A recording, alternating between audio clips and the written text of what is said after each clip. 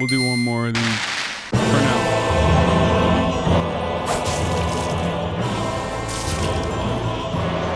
Ne?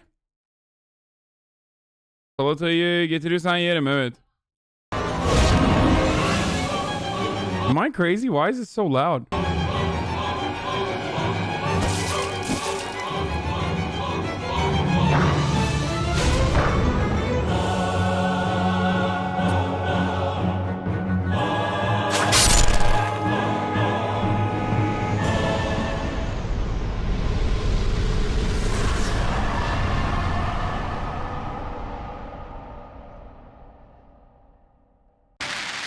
Humans are the current #1 build in the meta, but they haven't always reigned supreme.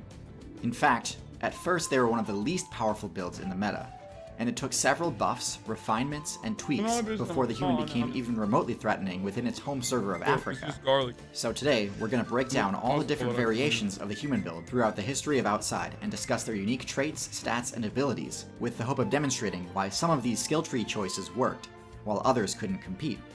The first players to unlock the human class were a group of African primate mains that switched from the knuckle-walking quadrupedal build to a bipedal one. It's important to note that at this point, they hadn't sacrificed their arboreal mobility perks yet, and relied heavily on their ability to climb to escape danger. The top tiers at the time were all large terrestrial mammal builds far too strong for Australopithecus to challenge them, so their only option was to avoid them. It might seem counterintuitive to switch to a bipedal build when your playstyle is centered around the arboreal zone, but the reason this was so crucial was because it freed up their hands to be able to carry items back to their tree. This was the first step towards refining the cooperative, loot-sharing playstyle that have made humans so dominant in the current meta. Now, you might be surprised to learn that the devs have nerfed humans in the past. The tree-dwelling strategy was seen as a cheap way to avoid dealing with other players, and so the devs decided to reduce the number and size of trees in the Africa server. This forced humans to ditch their arboreal strategy and spec into ground-based abilities. And for a while, humans got absolutely bodied by other players. Even with the ability to use items and create tools, the other builds in the region, like saber-tooths and giant hyenas, were far too strong for humans to deal with. They had to rely solely on the thieving skill to get by, but this disadvantage was slightly mitigated by their newfound ability to crack bone using tools, letting them scavenge for marrow after big cats had finished with a kill. Once humanity had scraped together enough evolution points by scavenging, they finally got to level up some of their stats and give themselves the ability to survive by hunting rather than scavenging. They spec'd into longer legs and less body hair, allowing them to finally unlock one of the human's most powerful signature abilities, sweating. Sweating allows the player to recharge their stamina even while moving, whereas other builds are forced to stop and use the pant ability to recharge stamina. They could justify putting all of their evolution points into mobility rather than power, because by this point they'd also leveled up their crafting enough to make spears, the staple best-in-slot two-handed weapon until the invention of gunpowder. A sustainable source of meat is worth a lot more XP than fruit or scavenged marrow. So much so that this let humans finally start leveling up their intelligence to a truly staggering level, promoting both cooperation and innovation. But once again, nerfs were on the way. Just before the Ice Age balance patch hit, a faction of the human player base migrated servers, establishing themselves in the Europe server. Most of the others stayed in Africa. The Ice Age patch hit, and it led to two very different changes in the two servers that the humans were playing on. In Europe, as you probably expect, the overworld temperature dropped and ice damage became a threat. The humans, as well as most of the other top players there, spec'd into bulkier builds that could survive the cold better. In short, the update didn't really affect them too badly. This group became known as the Neanderthal faction.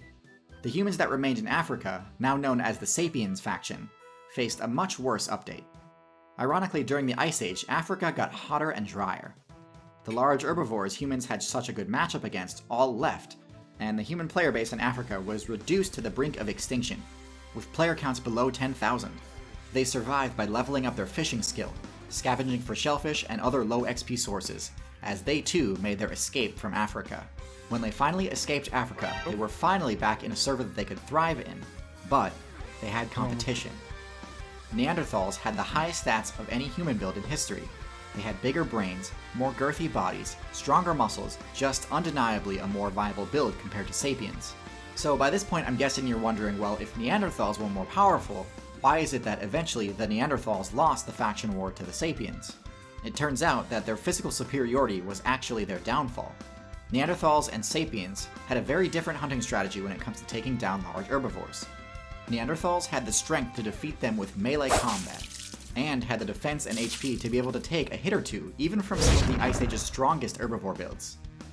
They were also fast enough to be able to close the distance between themselves and their targets. This all sounds awesome, but there's one key detail in this plan that you might have noticed. Since Neanderthals were fit enough to take on these herbivores face to face, they didn't have to invent ranged weapons. Sapiens, on the other hand, would get one shot if they tried to take on behemoths like mammoths or woolly rhinos in close combat. Thankfully, even though their brains weren't as big as Neanderthals, it was still more than enough for them to be able to use the aforementioned crafting skill to create the first ranged weapon, the atlatl. Atlatls are a relatively simple yet... But we literally got owned. Or rather, we owned the Neanderthals who were more advanced than us.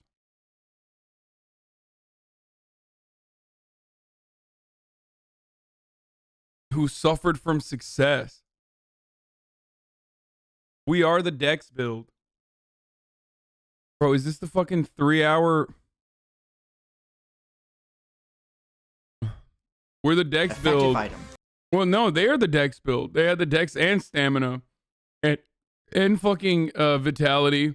And strength. We cheesed on our fucking int. That allows the user to launch spears over twice as far. This was critical for the survival of sapiens as it allowed them to match the DPS of the Neanderthal, but also stay out of range of a potentially devastating counterattack. Sapiens also tended to have bigger party sizes. Neanderthals were less social and tended to stick to small, tight-knit groups, while sapiens formed much larger communities that could control much larger territories. Eventually, even though Neanderthals were the better fighters, they were the ones failing to find enough XP to survive. And this is where their physical might became a huge detriment. The bigger you are, the more energy you need to survive. And so the Neanderthals' strong, powerful bodies eventually became unsustainable. Most of them were defeated in combat or starved, although a few did end up actually switching factions and joining with the sapiens. But finally, after defeating their most dangerous opponent, humans were free to dominate the game as the new top tiers. They mastered several key advanced techniques such as agriculture, archery, and sailing, allowing them to push the meta far past what other builds ever thought possible. You'd think that they would all work together to rule the game, but unfortunately many of them ended up engaging in PvP with each other. It kinda makes sense given that other players are hardly even a challenge, but nonetheless, infighting is their biggest weakness right now. Anyways, hopefully that gives you a better background on the history of the game's most overpowered build.